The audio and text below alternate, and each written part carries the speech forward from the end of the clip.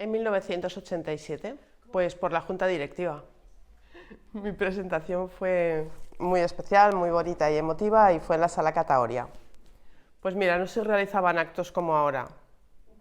Y bueno, pues íbamos a presentaciones y algún acto más de casal, pero no como ahora que están todo el año activos, ¿sabes? Pues mira, realmente fue todo muy inesperado porque, claro, te presentas, pero nunca sabes qué te van a elegir, ¿no? Y entonces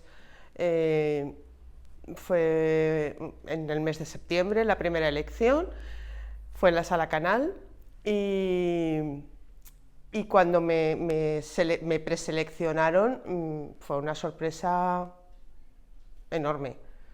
Y luego, no recuerdo ahora cómo se llama la sala, en la sala Zucker, ya fue la elección y entonces ahí sí que fue súper emotivo porque, claro, estaban mis amigas en un lado, mis padres en otro, mi familia en otro y era una explosión que bueno, no se puede explicar.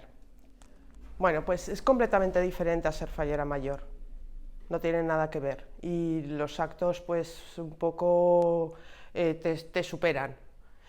También te digo que en esa época no es como ahora que están los 365 días para ser corte de honor o fallera mayor, pero bueno, por lo menos 200 sí que pasé siendo de la corte y bueno, fui a multitud de actos, lo pasé súper bien y bueno, lo recuerdo como un año muy emotivo, muy diferente a unas fallas como las había vivido hasta ese momento.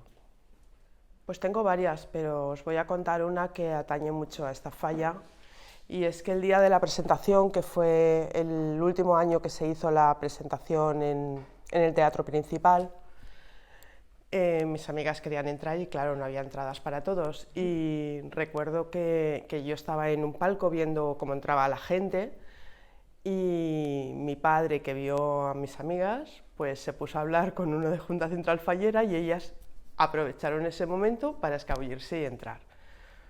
Yo desde arriba estaba, pues imagínate. Bueno, lo viví súper bien, o sea, creo que es una falla excepcional y aunque ahora ya no sea fallera, creo que es una de las mejores fallas que hay en Valencia. Entonces me sentí muy arropada por toda la comisión, por la gente que me conocía, por la que no me conocía y lo pasé muy bien, con actos muy emotivos, con actos de mucha risa, con actos de llorar mucho, todo perfecto.